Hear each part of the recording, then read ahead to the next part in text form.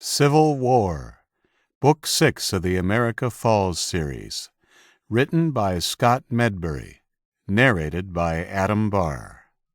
All characters and events depicted in this work are fictitious. Any resemblance to real persons, living or dead, is purely coincidental. While actual geographic locations and buildings are described within, some liberties have been taken in describing them and their surroundings to advance this story. Part 1. First Son. 1. White House, December 23rd. Hell Week. Something big had happened. Aidan Riley hadn't seen this level of urgency in the White House since his dad had taken the presidency 2 years before. Not even when the Iranians had shot down the American Airlines flight a few months into his term. It was the Pyongyang flu. He had no doubt. It had been the big story for a while now, having all but wiped out North Korea. Aidan heard a lot more around the halls of power than he let on, and as much as his parents tried to shield him from the inner workings of the White House, he was observant, and like all 16-year-olds, sneaky. Just the evening before, he'd overheard 2 Secret Service men talking about the outbreak in Florida and the 2 Carolinas. Flights and road travel out of that part of the country had been prohibited immediately. Reports of an off-season hurricane closing in on the coast were put forward as the reason for the travel ban. Hurricane Anna was on all the news broadcasts with footage and even live reports.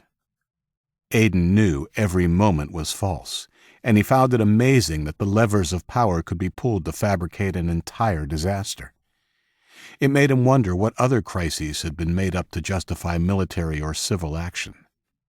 The Director of Homeland Security had even gone on TV to announce that everything was under control and that people should stay indoors until given the all-clear. Aidan knew it was anything but under control, and his father waking him at midnight proved it. "Sorry to wake you, son," said President Riley, leaning over his yawning son. "I'm going to Camp David for an important meeting, and wanted to say goodbye before I went." "Is it about the flu on the coast?" Riley's eyes widened. He decided not to lie. "Yes, we need to get a handle on it," he said, then leaned over and kissed Aidan on the forehead. "Look after your mom. I'll see you on Christmas morning." Looking back later, Aidan wished he'd taken the time to savor that goodbye. He thought that about a lot of people he never saw again, but most particularly about his dad.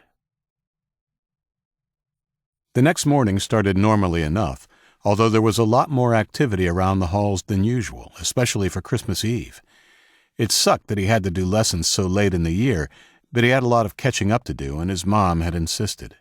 In the first few months of his father's presidency, Aidan had gone to an upmarket school in D.C., but the threat level to the president and his family had been raised after the U.S. had bombed bases in Iran. Subsequently, the Secret Service had recommended that Aidan be homeschooled for the foreseeable future, both for his safety and the safety of the other children at the school. Not that he had minded giving it up. At school, he was an oddity, accompanied by 5 dark-suited Secret Service men wherever he went. He couldn't even go to the bathroom alone, and it was impossible to make friends in circumstances like that. Nothing tied him to that school, and all of his friends were back in Virginia. There were 20 minutes of his last lesson for the year left when a woman ran past their room crying. She was followed quickly by more men and women who were clearly upset. He and his tutor looked at each other with wide eyes. "Looks like something is up," Mr. Babineau said, stating the obvious. He really liked the middle-aged teacher. He reminded Aidan of Gustavo Fring, the drug lord from Breaking Bad.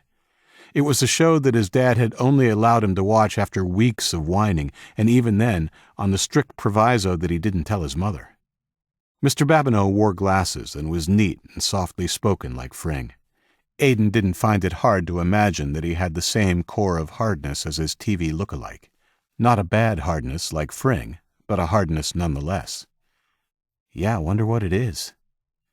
Babineau didn't have a chance to speculate before the evacuation siren sounded, and almost simultaneously, Brett Denny, Aiden's primary Secret Service man, burst into the room without knocking. He looked extremely serious. "Aiden, you need to come with me now." Aiden could see he was not in the mood for horsing around and began to pack up his books. "Forget the books. You won't need them. Come." "Mr. Babineau, all non-essential personnel are being escorted from the building. I suggest you pack up and make your way to the security desk ASAP." If Babineau was upset at being dismissed, he didn't let on. He took Aiden's hand and shook it warmly. "You have a Merry Christmas now, Aiden." "You too, sir. See you after the break." 2. "What's going on?" he asked Brett as he jogged to keep up with the Secret Service men. "You haven't seen any TV?" "No, I've been in class all day." "The Pyongyang flu?" "I thought no one was supposed to know about that." He looked over his shoulder at Aiden, his eyes unreadable. "The cover story is blown. Disease control couldn't stop the flu. It's spreading. Fast. We have to get you and your mother to Camp David ASAP. Your father has extended his stay there until this blows over." "How bad is it?" "Bad." 5 minutes later, Aiden was in his bedroom in the East Wing. The suitcase was open in front of him. He had packed it with everything he thought he might need, not only clothes but also his iPad and Xbox. He hadn't been to Camp David before and wasn't going to risk being without entertainment. There was a soft knock at his door. "Come in?" It was his mom, the First Lady, Evelyn Riley. "All set?" she asked. "Agent Denny is about to throw a fit." Her bantering tone didn't match the look in her eyes. "How bad is it, Mom?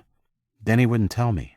She looked conflicted, but took a deep breath and sat down on his bed, patting the spot beside her. Aiden closed his suitcase and put it near the door before sitting on the bed next to her. The auburn-haired 42-year-old looked at her son and wondered where the time had gone. It seemed he'd grown from a chubby kid into a gangly but confident teenager in the space of a few days. She decided to tell him what she knew. "You know it's about the Pyongyang flu, right?" He nodded. "Well, it's getting worse. The White House and Pentagon have been locked down, and all flights into the country have been grounded for 48 hours. They've also closed the borders and ordered a 6 p.m. curfew in all major cities. It's spreading as quickly as it did in North Korea. I've spoken to your father. He... She began to sob. She was a strong woman, and Aiden could count the number of times he had seen her cry on one hand. "What, Mom?" She pulled herself together and looked him in the eyes. "They're all dying, Aiden. It's just like North Korea. Almost 100% fatality rate. Your father doesn't think they can stop it. It's spreading too fast, and not only from person to person, but also by air. When we get to Camp David, we're leaving." "Leaving?" "We're boarding Air Force One and leaving the country." Leaving the country. Those 3 words told Aiden all he needed to know. There was no way his father would leave in a time of emergency unless the situation were catastrophic. He was silent for a long time before his mother asked if he was okay. "Yeah." "Good," she said, patting his leg. "Put on the ski jacket I bought you for your birthday, then come out to the living room." Strangely enough, he was okay.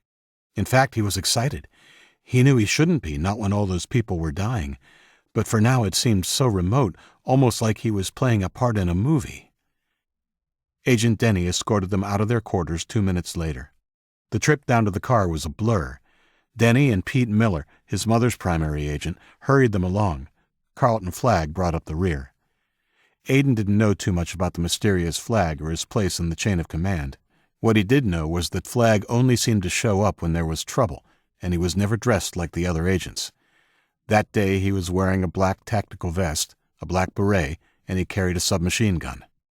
They took the stairs down to the parking garage and didn't see anybody else on their way. Aiden could see that there were 3 cars lined up, all presidential limos that had their flags removed. All had the engines running. "Into the car at the rear, please," Flagg said. Agent Denny took the luggage from both Aiden and his mother and went to the trunk of the car, followed by Pete Miller. "What the hell's going on, Pete? Why all the cars? Why aren't we going out to the chopper?" Evelyn asked while Denny stowed the luggage. Pete escorted her to the door and pulled it open. "There's been another development. Naval Command has lost contact with its fleet in the Pacific, and there are unconfirmed reports of air engagement off the coast of Florida. The unmarked multi-car ruse is just in case it's all part of a coordinated attack. Marine One will be taking off from the landing pad when we leave here as well," he said, referring to the call sign of the presidential helicopter. "Coordinated attack?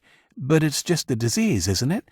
I know there have been suspicions about the Chinese, but surely—" "We'll get you a secure line to the president as soon as we are on our way, Madam First Lady," Pete interrupted, hustling her into the back seat. "It's above my pay grade." "Way above," Flagg remarked, joining them as Aiden climbed in beside his mother. "Denny, you're in back with them. Miller, you're driving. I'll ride shotgun. We roll in 2 minutes." "I don't suppose you have any more MP5s?" Brett said to Flagg as he closed the trunk and came around to the side of the limo. "Sorry, you two are stuck with your Sig Sauers," Flagg replied, referring to the handguns they had under their jackets. "We didn't have time for a run to the armory." Brett didn't look happy as he climbed into the back and sat opposite them. Flagg slammed the door, and a second later, they heard the front passenger door close with a dull thud. Unlike the limos that he'd ridden in before his father's election, this presidential limo did not have a glass window, retractable or otherwise, between the passengers and the driver's compartment. It was a solid padded wall that he assumed was bulletproof, and communication with the driver came by way of an intercom. While it was spacious and comfortable, with the darkened windows and inability to see the road ahead, Aiden found it claustrophobic. He felt the car roll forward. "We're on the move," Flagg's voice crackled through the intercom. "Mrs. Riley, we'll get you a secure sat phone link to Camp David as soon as we are out of the city. For now, I'm going to leave the intercom open so that we can talk freely." As the car went up a ramp, Aiden leaned back into his seat. He had his tablet, but playing it was the last thing on his mind. Could the Pyongyang flu really be part of some attack?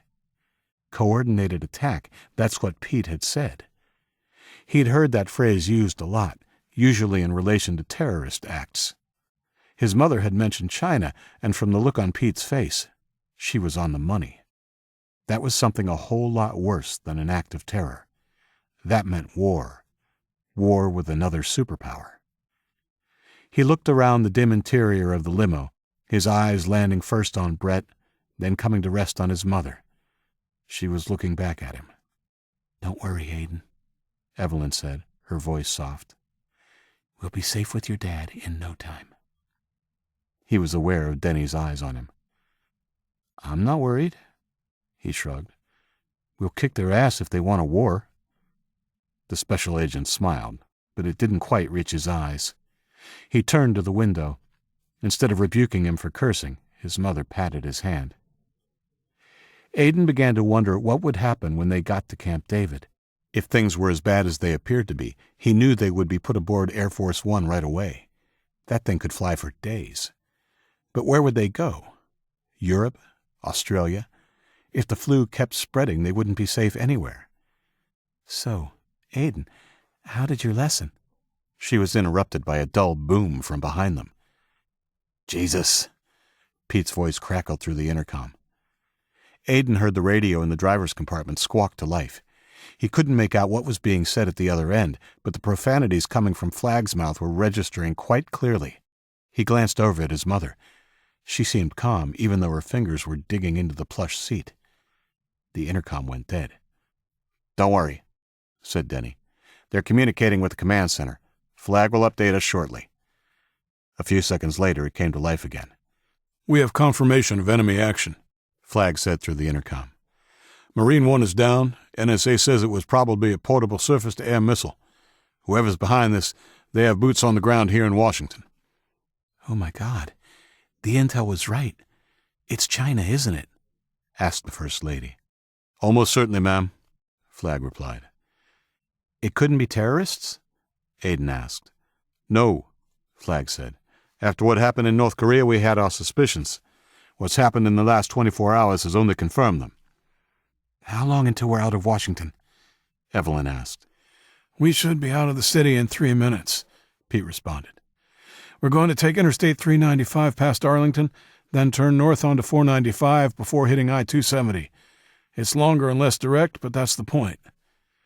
"We're really under attack," Aiden said. A statement, not a question. No one responded. They didn't need to. The intercom clicked off. Silent minutes went by. That was the other thing about the presidential limos. You could barely hear anything from outside. He was surprised they'd even heard the chopper blow up. The silence didn't last. Perhaps it would have been better if it had. "We've lost contact with Car 2, Flag reported via the intercom. "If they've been made, you can bet your ass we'll be second or third in line. We'll need to ditch the limo and find another ride that won't stand out so much." "Are you nuts?" Brett said. "This thing's bulletproof." "Shit!" screamed Pete through the intercom, his voice punctuated by the muted sounds of squealing tires. Aiden and his mother were thrown forward, then back in their seats as the car skidded to a halt. Agent Denny unlatched his seatbelt and threw himself over them, his gun in his hand. The boy felt his testicles trying to shrink into his belly. "Oh shit, we're gonna die." "Jerk, learn to drive," yelled Pete, and suddenly the car was moving again. "Everyone okay back there, Agent Denny?" Flag asked. "Yeah," said a pale Denny. He allowed them both to sit up, but didn't holster his weapon. "I'm not sure it's a good idea to ditch the limo, though. We won't find anything as safe." Flag's voice was even harder than normal when he replied. "If they have SAMs, they could well have anti-tank weapons. This thing might protect us from small arms fire, but an anti-tank will open it up like a taco. If we can commandeer some regular vehicles, hopefully there won't be any shooting at all." Denny looked like he was going to argue, but the First Lady cut him off. "Let's do it," she said, her face as pale as the agent facing them. "Get off in Arlington and look for a car dealership," they heard Flag say to Pete. "Mrs. Riley, we should probably wait a while longer for you to make that call." Aiden was glad Flag was with them and thought back to the first time they had met. "Have you ever shot a firearm before, son?" "No, sir," said 14-year-old Aiden, eyes wide. He was standing in a room he never knew existed, a shooting range in one of the White House sub-basements. He took a good look at the man Brett had introduced as Carlton Flagg, and who would be showing Aiden how to handle a firearm. If asked to pick one word to describe Flagg, Aiden would have chosen intense. Flagg stood a bit over 6 feet tall and looked strong without being overburdened by muscle. He wasn't dressed like other agents. In fact, Aiden wasn't even sure that Flagg was part of the Secret Service. He was wearing a light blue tracksuit with a darker blue stripe down the pant legs. The only insignia was a small American flag sewn over the left breast. His black, kinky hair was trimmed very tight on the top and faded on the sides of his head. With his intense brown eyes and thin mustache, Flagg reminded Aiden of Wesley Snipes, the old action movie star. "No? Well, you'll be able to answer yes to that question after today." "Yes, sir," Aiden said, nervous but excited. "All right. Any questions before we get started?" Aiden looked around the room some more. "I didn't even know this place was here." "Yeah, it was put in back in the 30s, along with the main armory down the hall. Don't be too surprised, though. Hell, Roosevelt, that's Teddy, not F.D., used to practice his shooting out on the White House lawn, but you can't do that kind of thing anymore. Most presidents steer clear of the place these days, so it's used by the Secret Service detail to blow off steam and keep up with their marksmanship." "Cool." "Today I'll be teaching you how to handle the Sig Sauer P229, chambered in .40 caliber. It's the standard issue sidearm of the Secret Service." "Are you sure my dad okayed this? He doesn't like guns." "We wouldn't be here if he didn't, son." Flagg leaned down a bit so that he could look the doubtful teenager in the eyes. "One thing you can count on is that I'll always tell you the truth. I won't spin you bullshit. Ever since those Iranians brought down Delta 344, things have gotten pretty tense. Your dad wants to make sure you can protect yourself if something bad goes down. Okay?" "You're not like Brett and the others," Aiden said. "None of them talk straight. They always try to hide what's going on from me." "No, I'm not like the others," Flagg replied. He didn't elaborate any further. Aiden had quickly learned the names of all the agents on the Secret Service details that protected his family. He always called them by their first names, too. Somehow he understood that the man standing in front of him would never be Carl or Carlton to him. This man would always be Flag. "Okay, I guess I am ready to learn to shoot." "Good," Flag said, straightening. "But you're going to learn much more than how to shoot. By the time we're done here today, you'll know everything there is to know about this fine weapon." He indicated the table where a pair of pistols lay beside each other. "Come on over here and take a seat. There are some things you need to know before we get to shooting." 20 minutes later, Aiden knew how to check the safety, load the bullets into the magazine, load the magazine into the pistol, and chamber around. The pistol was heavier than he expected, much heavier. Flag stood and had him go through everything again. Aiden wasn't sure whether or not the man wanted to help reinforce what he had just learned or test him. Either way, Flag seemed satisfied. "All right," Flag said, rising to his feet. "Let's head over there to the end of the range and see about teaching you to actually use the thing." 2 paper targets, shaped like the silhouettes of men with circles on different parts of the body, had been set up some 15 or so yards from the shooting position. Each target hung in a separate lane. "Here, put these on." Flag handed him a pair of black earmuffs, then slipped his own on before stepping up to the position. "Remember what I told you," he said, before working the slide on his pistol to chamber around. He dropped into an easy weaver stance, his right hand on the pistol's grip, his left underneath for support, and fired 3 quick shots. Even wearing the earmuffs, the report was loud in the enclosed place, and Aiden flinched when one of the ejected shells bounced off the concrete barrier between the lanes and glanced off his shoulder. Flag ejected the magazine of the SIG and worked the slide again to eject the unspent round. He set the pistol down on the counter and pressed a button. The target traveled up to where they were standing. "And that's how you do it," Flag said. "Ready for your try?" "There's only one hole in the target," Aiden said. The hole was in the center of the circle where, if it had been a man, his face would have been. "Did your other 2 shots miss?" "No," Flag replied. "If you look closely, you'll see that the hole isn't perfectly round. All 3 went through there." An impressed and even more nervous Aiden took a deep breath and stepped up to his position. He worked the slide of his pistol and attempted to mimic Flag's stance. He pointed the weapon at the target and pulled back on the trigger. The bang was loud, and the pistol jumped so hard in his hands he nearly dropped it. When Flag had fired off his shots, the SIG had hardly seemed to move. Yet in Aiden's hands, an identical weapon caused his arm to jolt back so that he nearly hit himself in the face. He paused, frightened to pull the trigger again. "Don't worry about the kick, Aiden," Flag said. "You'll get used to it in time and learn to compensate. The important thing is to make sure that you don't jerk your hand in anticipation. It'll throw your aim all to hell. Now take a breath, hold it for a second, and then let it out. As you do, I want you to squeeze the trigger gently. Don't yank on it." "Okay." Aiden focused, pointed the SIG downrange again, and took another long breath, letting it out as he squeezed the trigger. He flinched involuntarily at the bang, but then steadied himself for another shot immediately. This time he got through the process cleanly. His slide stayed back. Flag had instructed him to only put 3 rounds in the magazine. "Let's see how you did." Flag brought the target forward. One of the shots, probably the first, had been a clean miss. Another had hit the paper, but outside of the shoulder outline by 2 inches. The last shot had hit the target in the center of what would have been its belly. "Not bad, son. Not bad at all. I've seen Marine recruits that couldn't hit the target once in their first 3 tries." He pressed the button again, and the target slid back out to where it had been. "Put 5 rounds in your magazine this time. We'll make a marksman of you yet." Aiden was called back from his rumination by what sounded like pebbles hitting the windows and side of the car. "Get down!" yelled Brett, diving over them for the 2nd time that day. 3. Aiden squirmed under the heavy weight of the agent to twist his head and look at the darkened windows of the limo.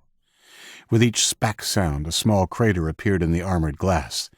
The intercom clicked on. "We're under fire, folks. Denny, keep the packages down," said Flag in a calm voice. "Where's it coming from?"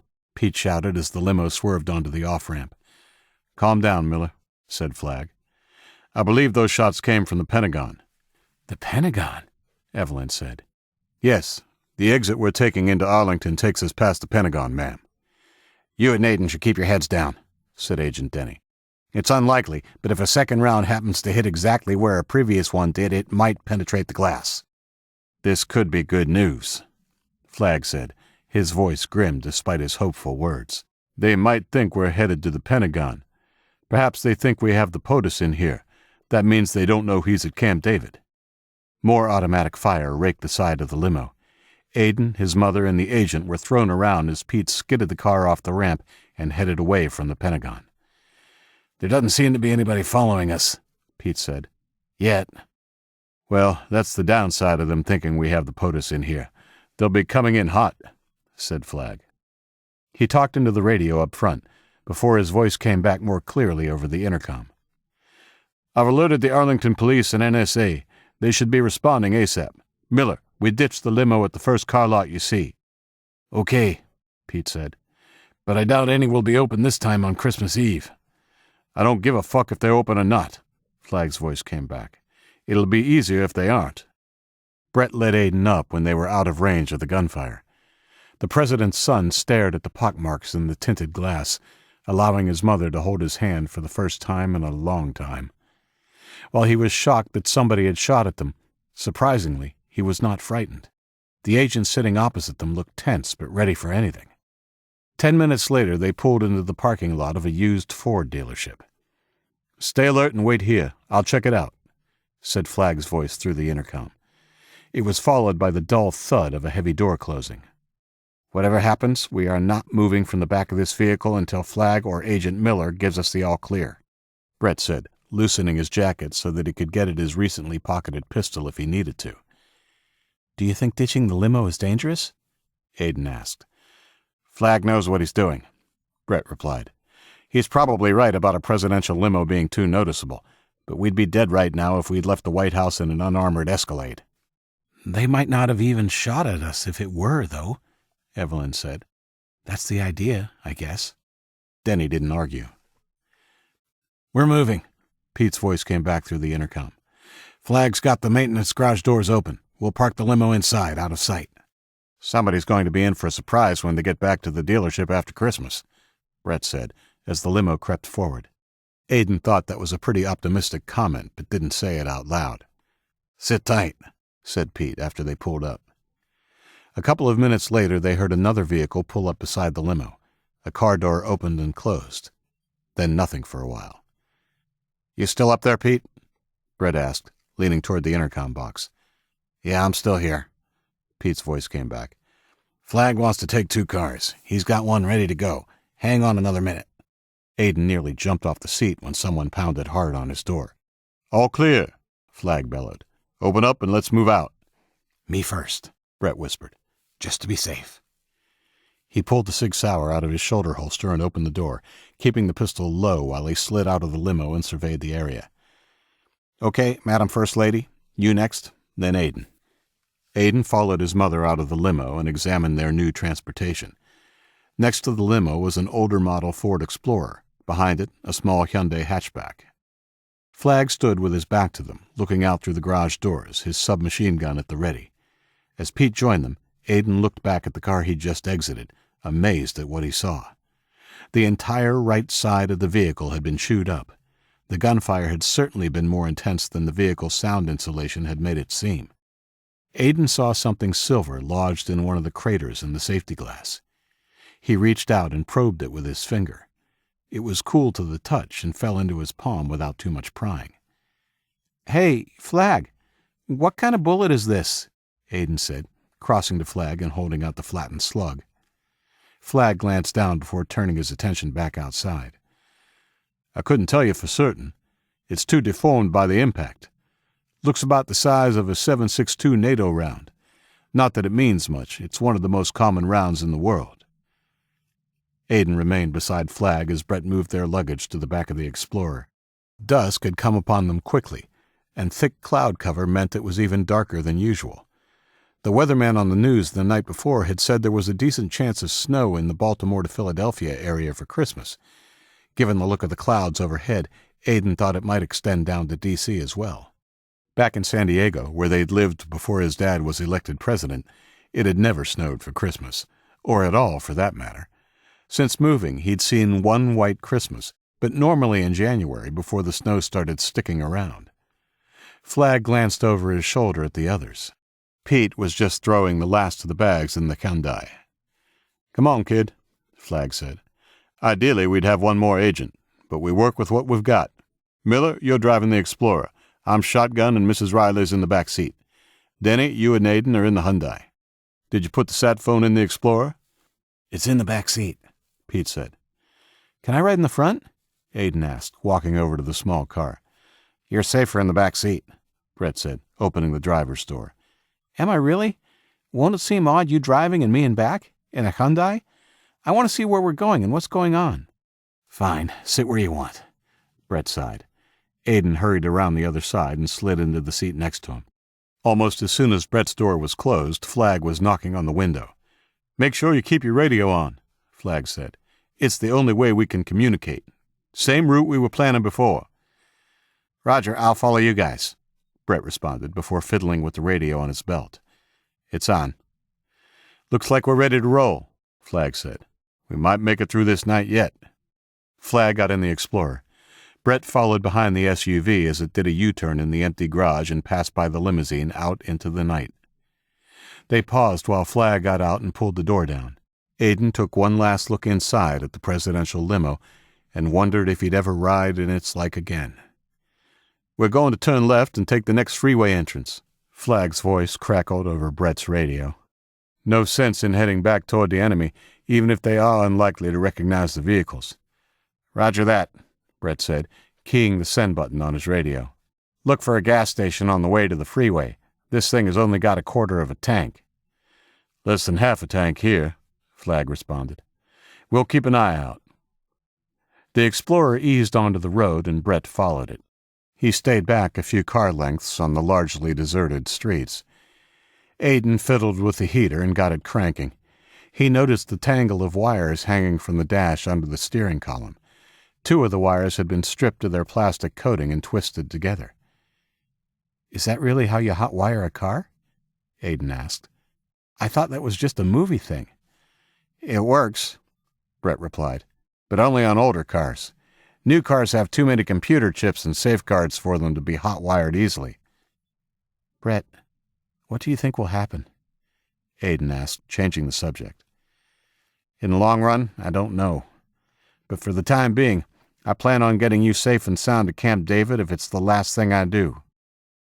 "Do you think Mom called Dad yet?" Brett shrugged. 4. They drove in silence for a while. Up ahead, the Explorer's blinker came on and it pulled into a gas station that still had all its lights on. Brett turned in as well and pulled up to a pump. Outside the circle of lights, Aiden saw the first flakes of snow starting to fall. "Sit tight," Brett said. He pulled the stripped wires apart to shut the engine off, then got out and went around to the pump. Aiden opened his door a crack. "Can I run inside and grab a bag of chips and a soda for the ride?" "No way," the Secret Service agent replied. Aiden knew from his tone of voice there was no use arguing. "Well, can you at least get me a root beer and a pack of Doritos?" Aiden asked. "Sure," Brett said distractedly. He barely took his eyes off the road and took a keen interest in every car that passed by. Aiden glanced over to the other bank of pumps where Pete was filling the Explorer's tank. The pump blocked his view of the SUV's back seat so that he couldn't see his mom. "I'll put it on the company card." Flagg's voice caused Aiden to turn his attention back to Brett. Flagg seemed to have materialized from nowhere. "Is there anything else we need besides gas?" "Aiden wants some snacks and a soda for the drive," Brett said. "Shouldn't we use cash?" "Well, I don't have any, do you?" Brett shook his head. "Don't worry, I doubt they're monitoring Secret Service expense cards just yet. What do you want, Aiden?" "Doritos and a root beer, thanks." "And I'll have a coffee," said Denny. "Biggest cup they have." "On it," Flagg said, heading into the convenience store. By the time they left the gas station, the snow was much heavier. Aiden ate corn chips as he watched the snow falling in the light cast by the headlights. Snow had always fascinated him. When riding in a car, he loved the way the snow almost seemed to swoop toward the car, then fly up over the windshield as if it was playing an endless game of chicken. He wondered if he'd find it so fascinating if he'd grown up someplace that normally got snow in the winter. His mother had told him once that it had snowed in San Diego the year he'd been born. It hadn't snowed there since. The ride to Camp David would normally take about 2 hours under mild conditions. The lack of traffic because of the curfew would normally make it faster, but the snow would nullify that, especially if it got heavier the further north they went. Aiden finished the last of his chips and settled back in his seat before taking a drink of his soda. Flag had bought him 2 cans. "Do you know if we'll be spending the night at Camp David or leaving right away?" It had been at least 20 minutes since either of them had spoken, and Aiden's question seemed to catch Brett off guard. "We were instructed to have you ready to board the plane when we got there," Brett replied. "But if the weather is worse up there than it is here—" He shrugged. "Hey, do you want to listen to the radio?" "I'm good," Aiden said. He'd heard enough Christmas music over the past couple of weeks to last a lifetime, and he was afraid the only alternative would be the news. Frankly, Aiden was worried about what the news might be. Here you go, America. Have some Pyongyang flu. Merry fucking Christmas. An hour later, the snow was falling hard and growing thick on the side of the road as they passed through a wooded area of central Maryland. It was pretty close to being an actual snowstorm. Their pace had slowed considerably. The time of year, snow, and announced curfew had combined to limit the amount of traffic they had seen, even on the freeway. The one car that had been behind them had turned off at an exit nearly a half hour before. Now the only lights to see were the taillights of the Explorer 100 or so feet ahead of them. "She just made the call," Flag said through Brett's radio. "Looks like we'll be laying over at the camp tonight. POTUS says that the snow is falling just as hard there, and his pilot says the runway needs to be plowed before Air Force One can take off." "Roger that," Brett said. "Aiden was asking about that. Now he knows." They drove in silence for another 10 minutes. Aiden was working on his second soda. Boredom was setting in, and he was beginning to think that even an unending stream of Christmas carols might be better than the silence. He was about to reach for the radio knob when he glanced at Brett. The agent was looking in the rearview mirror, concern stamped on his face. "What is it?" Aiden asked. Brett ignored him and reached down to key his radio. "We have a problem," he said. "What is it?" Flag's voice came back. "I've got 2, maybe 3 unidentified vehicles coming up behind us, fast." Aiden had never heard Denny so tense. "They don't have their headlights on, and from their shape, I think they're SUVs." Aiden peered through the back window. He could just make out the shapes on the dark road and wondered how Denny had seen them while he was concentrating on driving. "Be ready for anything," Flag said. "Roger that." Brett released the radio and reached inside his jacket. He pulled the Sig Sauer from his shoulder holster and held it out toward Aiden. "I hope you remember how to use this," he said. "Things might be about to hit the fan." "Yeah, I remember." Aiden took the pistol and held it. The safety was off. He started to pull back on the slide. Brett put a hand on his arm. "There's already a round in the chamber. Just cock back the hammer when you want to take your first shot. Don't shoot unless you have to. This could be a false alarm."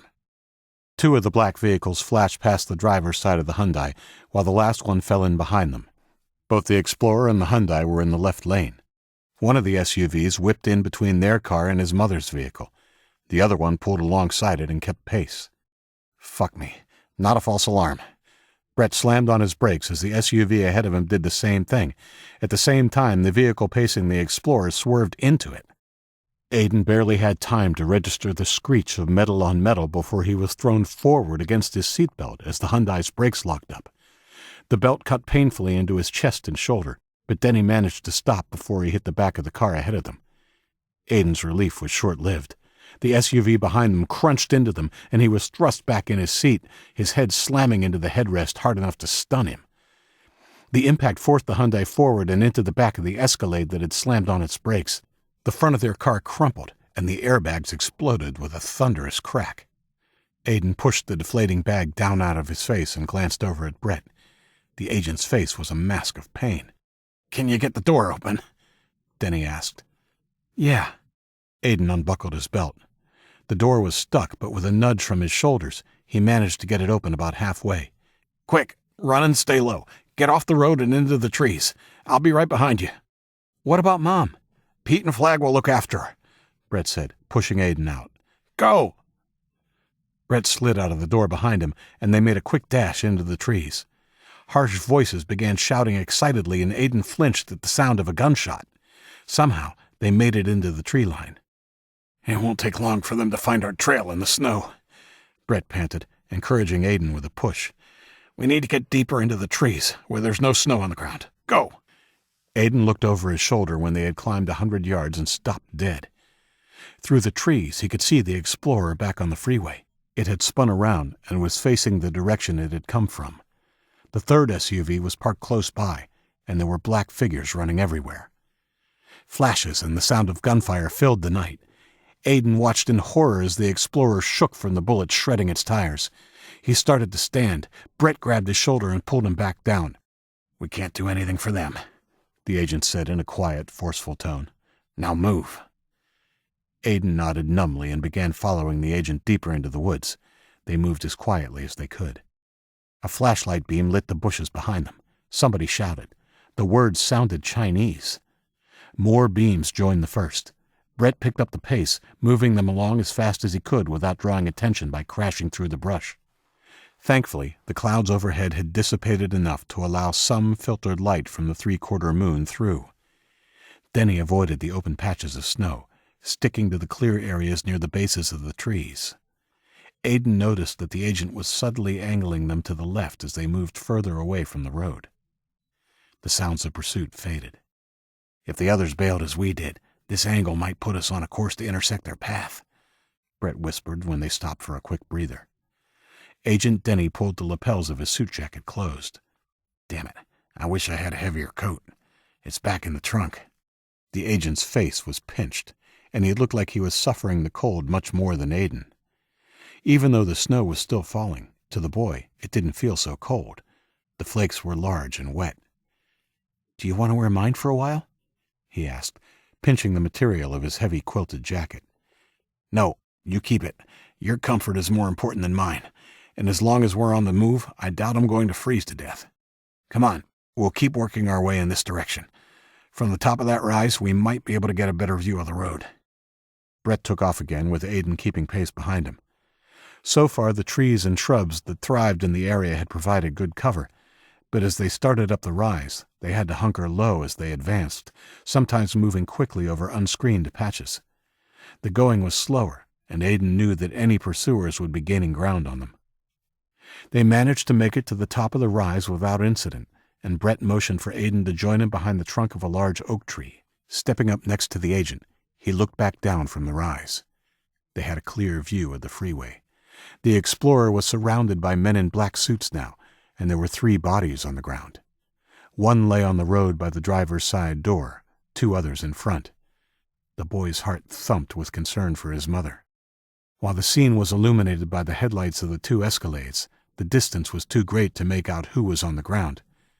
As they watched, a larger truck pulled up behind the black SUVs, and 3 more men in black got out. One of the newcomers seemed to be in charge. The other men snapped up straighter as he approached. Someone handed the leader something, and he raised it to his mouth. A tinny voice emanated from the scene below. "I know you're out there," said the leader, through a bullhorn. He had only a hint of a Chinese accent. "Give yourselves up and come out, or we'll be forced to kill our prisoners." Aiden sighed with relief that his mother was still alive, but the feeling was short-lived. The leader of the men below motioned, and the men by the SUV pulled 2 people out into the open. They took them around to the front of the SUV, where they were illuminated by the lights. From their shapes, he could tell it was Flag and his mother. Both had their hands on their heads. Pete was obviously one of the bodies on the road. A man in black holding a rifle positioned himself behind them and barked an order. They kneeled. "You have until I count to 3 to reveal yourselves, or one dies," the man with the megaphone said. "Do the right thing and come forward. There is no need for more death tonight." "What do we do?" Aiden asked Brett. "We stay here and keep our heads down. We can't give ourselves up or let them know where we are, no matter what." "Okay," Aiden said. His voice quavered. "No matter what. You understand?" "Yes." But Aiden didn't really understand.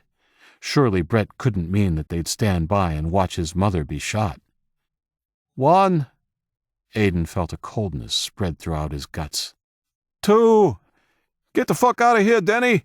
Flagg yelled and drove himself up and back into the man holding the rifle. The top of his skull crunched the man's nose, and they fell heavily to the ground. Flagg grabbed for the rifle with one hand, and they began to fight for control as he punched the other man with his free fist.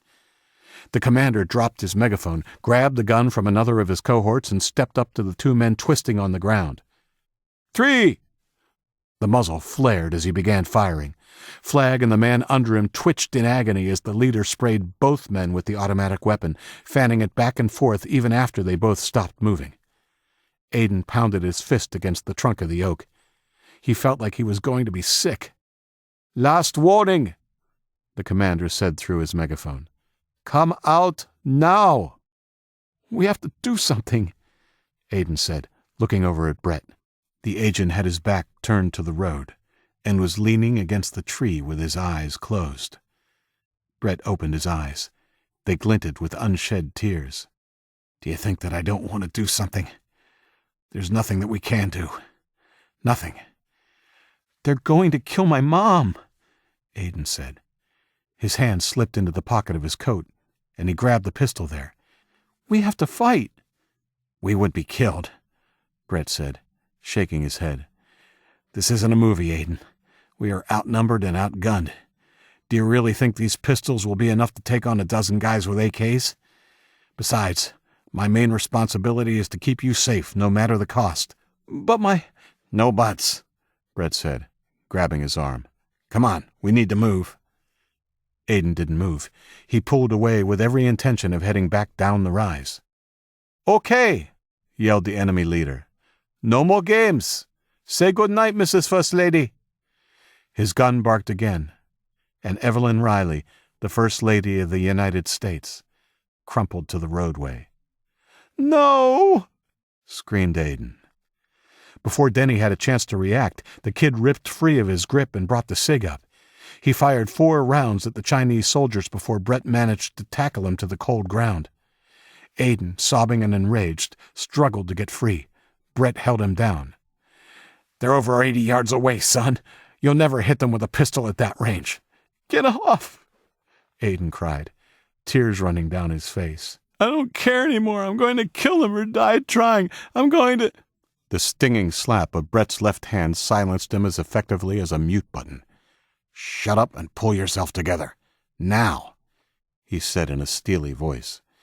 "We are getting the fuck out of here. Stay low and follow me, or so help me I'll knock you out and carry you." He climbed off Aiden and pulled the weeping teenager to his feet by the front of his coat. "Over the hill and down the other side. Hopefully, we can find a house and commandeer a vehicle before they catch us." They heard the eager, deep-throated barking of dogs from the freeway. "Shit," said Denny harshly. "Don't worry about being quiet. Run!" 5. Brett Denny ran down the other side of the rise, and Aiden followed. His moment of passion had passed, and now he felt nothing, like he was empty inside. He ran because Brett told him to run. He kept pace with the agent as they ran down the hill as fast as they could in the darkness and snow. They reached the bottom of the hill and angled to stick to the lower ground. Aiden thought he could hear running water ahead. He glanced back at Brett and noticed that the Secret Service agent had fallen behind. Aiden paused behind 3 large red cedars that formed a bit of a screen for their back trail. "What's wrong?" he asked as Denny reached him. "I didn't want to worry you before.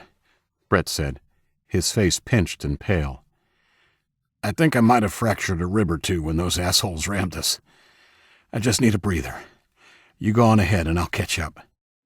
We can't stop now, either of us, Aiden said. If we get separated, it'll be harder, right? As unconcerned and indeed excited as he'd been at the beginning of the night, the attack on them and the cold-blooded murder of his mother and the 2 agents had shocked him to his core. Now the baying of the dogs behind them downright scared him. He didn't want to go anywhere on his own. Okay, said Denny, seeing that the kid was in shock. Let's keep going, but slower. Head toward the sound of that running water. They continued running. Aiden led. Brett seemed to be breathing easier now that they had slowed, but someplace behind them, closer now, a dog barked. They picked up the pace again. The trees were thicker the lower down the slope they went, with lots of cedar and pine mixed in. It created lots of areas with little or no snow on the forest floor. It made the going easier, but no doubt the dogs would follow their scent easier too. They came to a steep embankment that led down to a wide but shallow creek. It babbled noisily along a rocky bed. There was a clearing on the far side, but there were no signs of human habitation anywhere. "Should we cross here?" Aiden asked. He looked at Brett when he didn't answer. The Secret Service agent was slumped against the trunk of a pine tree and slid down onto his rear as Aiden rushed over to him.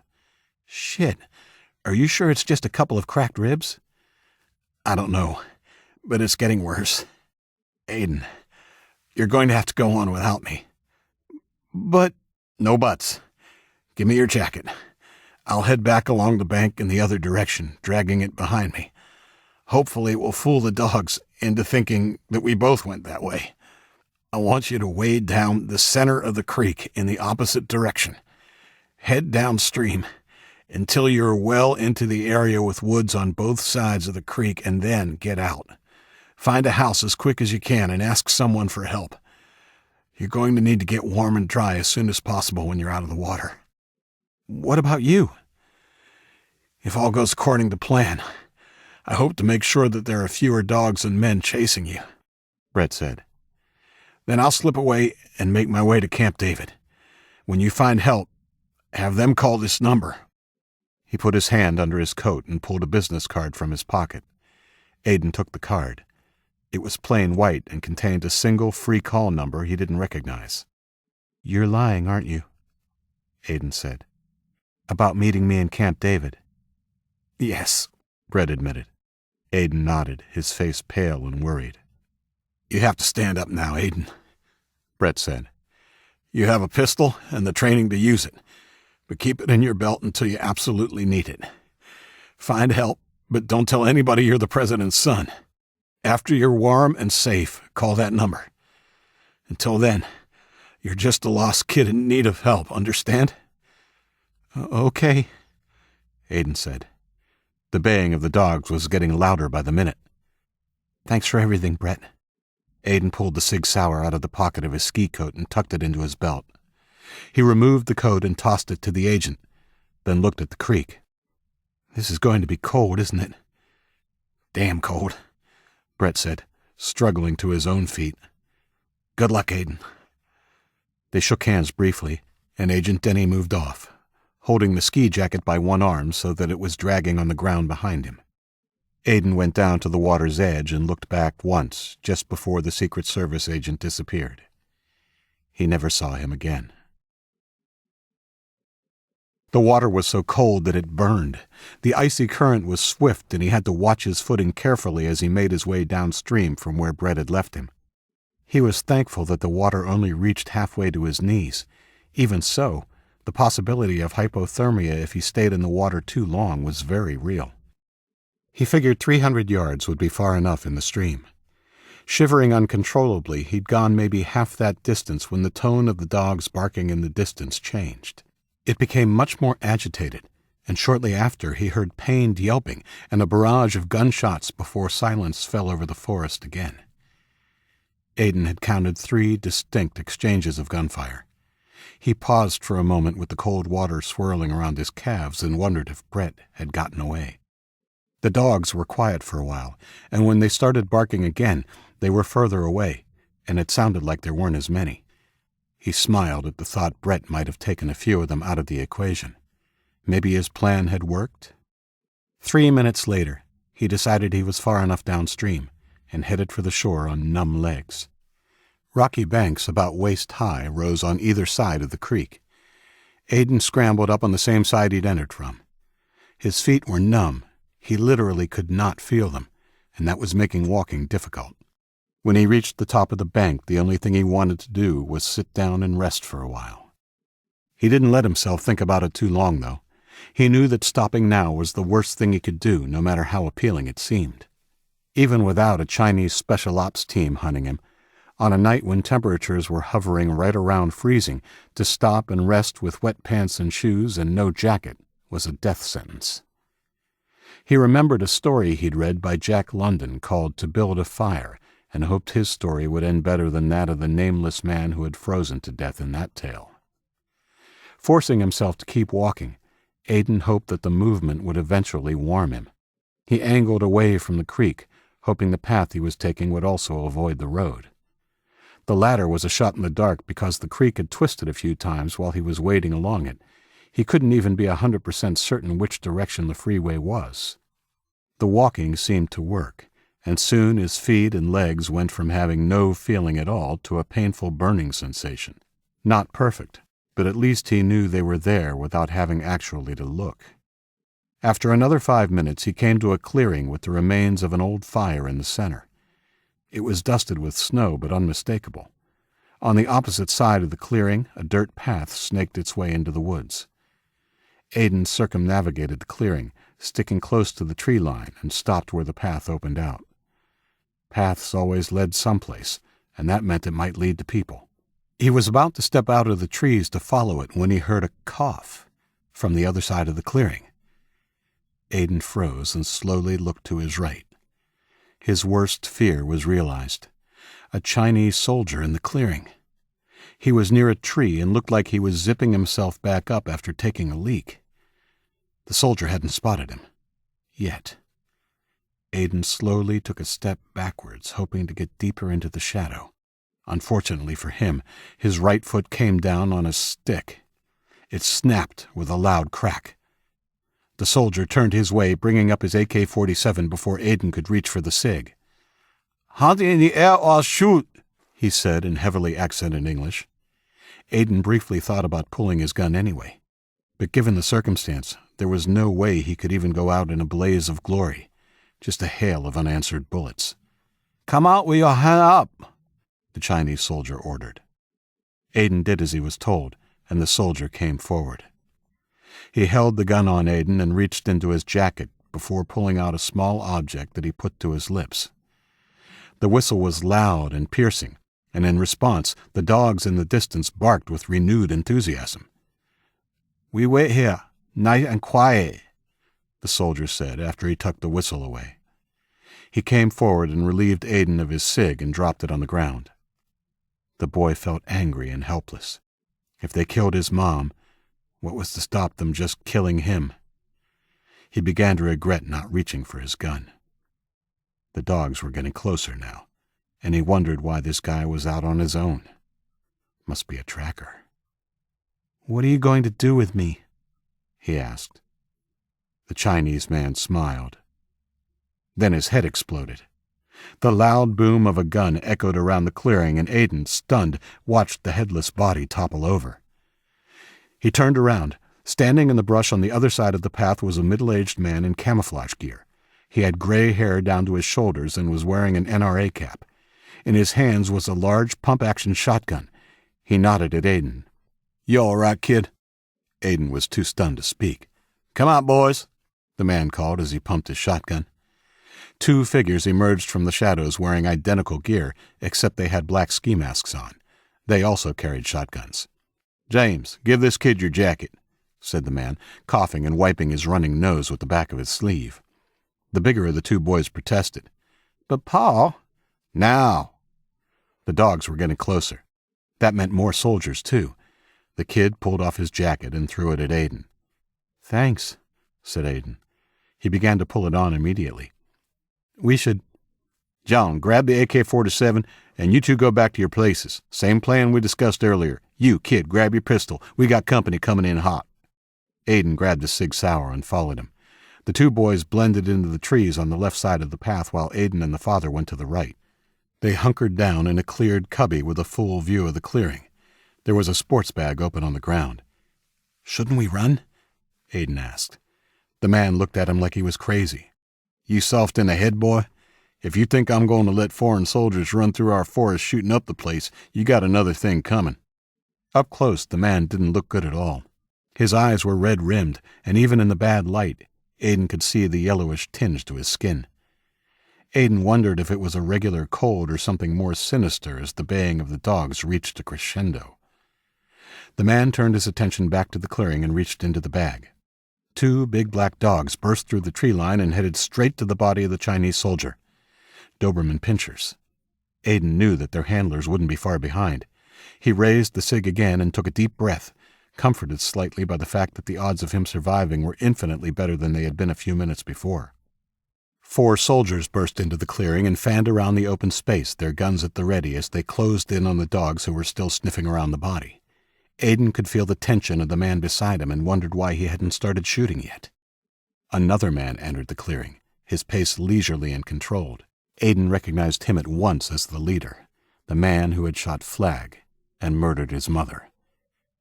The boy felt a white-hot rage at the sight of the man and aimed his gun straight at him. Before he could squeeze the trigger, though, the man beside him stood up and lobbed something into the clearing. The grenade landed dead center. The black-clad soldiers froze, only the leader quick enough to dive backwards before it exploded. The man beside Aiden stepped out and fired his shotgun. The soldier closest to the path took it in the chest, flying backwards onto the snow. The boys across the path emerged. John fired the AK-47, mowing down the 4th soldier as the surviving Doberman charged at them. James fired his shotgun at the dog but missed. It hit him hard, a black streak of bristling savagery. The arm he put up to fend it off was soon in the grip of the animal's gnashing teeth. John turned around to help his brother, pulling out a hunting knife and stabbing the dog in the back over and over. Aiden stood and followed the dad, who was stalking towards the leader. The murderer was attempting to crawl away. As fast as he'd been to dive away from the grenade, there was a bloody gash in his shoulder. The old man pumped his shotgun as he reached the injured man. "Where do you think you're going, asshole?" The Chinese leader froze, dropping his face into the ground in surrender. "Please don't hurt me," he whimpered. "Turn over. I won't ever shoot anyone in the back, not even a worthless invading piece of shit like you." Now that the soldier was helpless on the ground, Aiden's rage had subsided. He didn't know how he felt about him being shot like a rabid dog. Maybe they should capture him? Then Aiden could call the number. They would know what to do with the prisoner. Okay, the man whimpered, and slowly rolled over. Bang, bang. Suddenly the man who just minutes before had saved his life was falling backwards, and the leader was bringing the pistol he'd been hiding to bear on Aiden. Instinct kicked in, and the president's son squeezed the trigger of his own weapon. He fired 5 unanswered shots into the chest and belly of his mother's murderer. Aiden heard a wail behind him, and one of the 2 boys ran into the clearing, falling at his father's side and burying his face in the old man's neck. He was dead, his glassy eyes staring up at the cloud-covered sky. The other one came too. He was nursing his arm and was covered in the blood of the dog that had attacked him. Aiden moved away, giving them time to grieve over their father. They talked quietly, and after a few minutes composed themselves. "You, come here," said the bigger of the 2. Aiden approached. "First, give me back my jacket, asshole." Aiden wasn't going to argue. It was his jacket, after all. He put the Sig on the ground and stripped off the jacket. The other kid darted in and grabbed the pistol as he handed over the jacket. "You're going to help me carry my dad back to our cabin. Then I'll decide if we let you live or not." "What do you mean? Why would you—" The big kid stepped forward and clubbed Aiden over the ear with his closed fist. "Shut up! You should be dead, not Pa!" he yelled. Aiden had fallen to one knee and put his hands over his head to shield himself from further violence. The bigger boy pulled him up by the collar of his shirt and led him over to the body of their father. Come on, you grab his shoulders. Aiden followed the order, and together they picked up the dead man and began to carry him out of the clearing and along the path. The younger brother walked behind, holding the AK-47.